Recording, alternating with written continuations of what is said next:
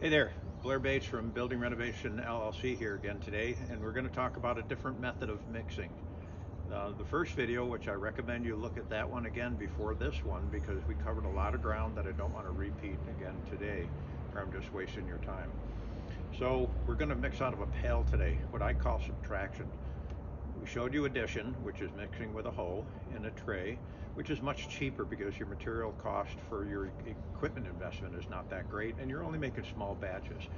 Well, today we're going to work on a much larger section of brick rebuild where an old window had fallen apart and we need to put new jambs in, etc. So we're going to need more mud. And to sit here with my hoe all day long trying to mix, I mean, I'm wasting time where I could be laying brick, setting some mud. So we're going to use the more expensive routine today, which is a 5-gallon pail with an electric drill motor mixer, which is up to $600 just for the low speed, high amperage, high power drill that is going to take the heavy mud. So we're adding the cost. 5-gallon pail, that's pretty cheap. Something about 5-gallon pails though, they come in different weights and sizes, and a lot of these pails you can hold up and see daylight through, especially the big box stores. There's the blue ones and there's white ones, but you can put your hand on the inside and you can see your hand. It's a really thin wall.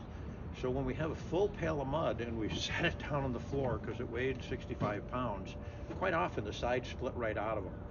The other thing with 5-gallon pails, you can only use them for so long. Does that ever happen to you? The plastic deteriorates. The plasticides in there are gone, and this is the pail that you don't want the mud all over the place because you finally met its limit. So you want to have a good, thick, sturdy pail that you're not going to use for years and years and years. You're going to modify them. So I want to put my sand and my lime in here. And I'm, as you noticed in the first series of videos, I'm pretty doggone lazy. So this is going to be a 3-to-1 mix of sand, and this is a 2NS in Michigan we call it. It's a concrete sand because that's what we have on this building, a little bit coarser, and lime. So to get my sand going, I can put 6 scoops in here and it never fails. I'm going to be talking to somebody, the phone's going to be ringing, I'm going to be thinking about something else, and now God, did I get 3 parts in there or not? So this pail has been made and reinforced just in case with tape and labeled in red. So this is my type L mix. 3 of these will go right up to this line. So now I don't have to scoop anything 3 times.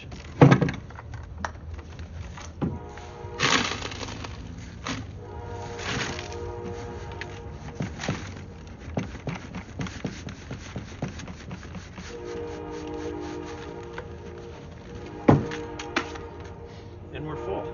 Now on an active job site, we would have a pile of sand and you just run it as a scoop through it and you have your sand.